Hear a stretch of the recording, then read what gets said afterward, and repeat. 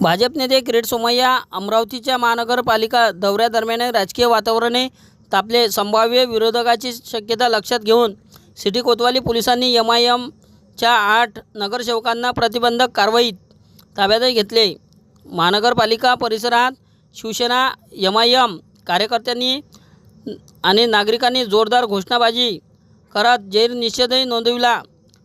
कायदा सुव्यवस्था अबाधित राखण्याच्या अनुषंगाने पोलिसांचा कडेकोट बंदोबस्त यावेळी तैनात करण्यात आला होता.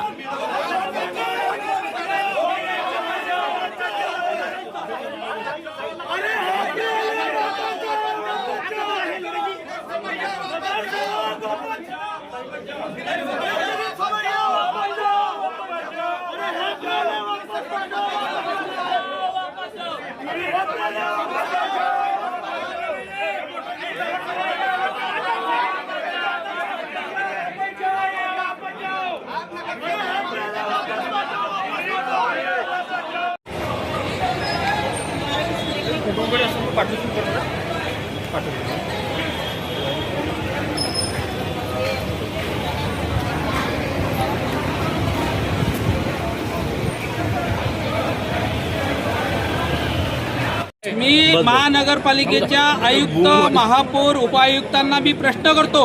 आज संपूर्ण जिल्ह्यामध्ये आचारसंहिता आहे आणि हा माजी खासदार अमरावतीमध्ये काय करताय?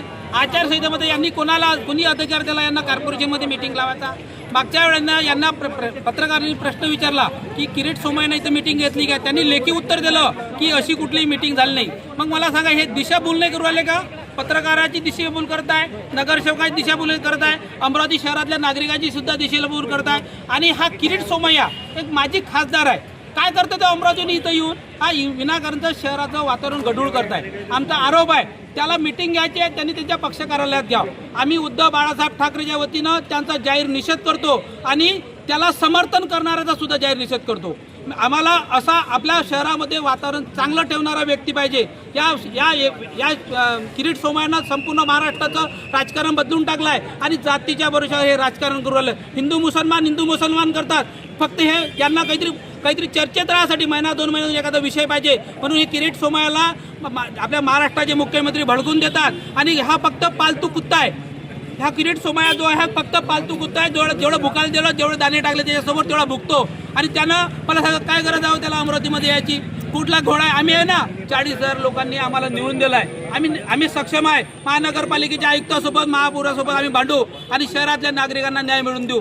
आणि हा आता माझ्या तोंडून शिव्या काढत नाही मी, परंतु मी त्याला प्रश्न करतो, तो त्यांचे महापौर हे रीत्या काळजीपूर्वक नाही काय? त्यांच्या महापौरामध्ये धमक नाही काय? शहराचं नेतृत्व करताना ते बीजेपीची सत्ता आहे, त्यांनी त्याच्या महापौराला आदेश द्यायला पाहिजे आणि शहरातला जो गढूळ वातावरण आहे त्यांना स्वच्छ करायला पाहिजे.